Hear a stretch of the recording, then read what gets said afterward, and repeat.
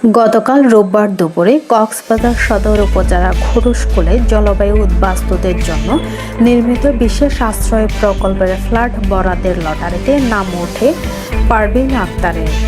বিনামূল্যে 5 তলা ভবনের একটি ফ্ল্যাট বরাদ্দ পাওয়ার পর আবেগে আপ্লুত হয়ে পড়েন তিনি।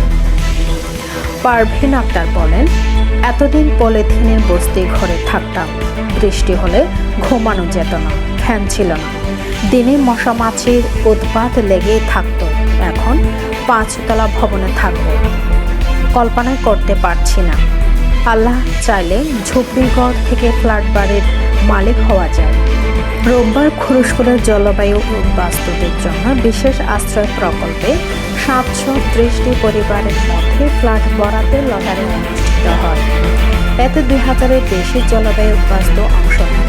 অধিকাংশ উপকারভোগী অতি দরিদ্র ও শ্রমজীবী পরিবারের সদস্য। জেলা প্রশাসনের ব্যবস্থাপনার সবার উপস্থিতিতে লটারি অনুষ্ঠিত হয়।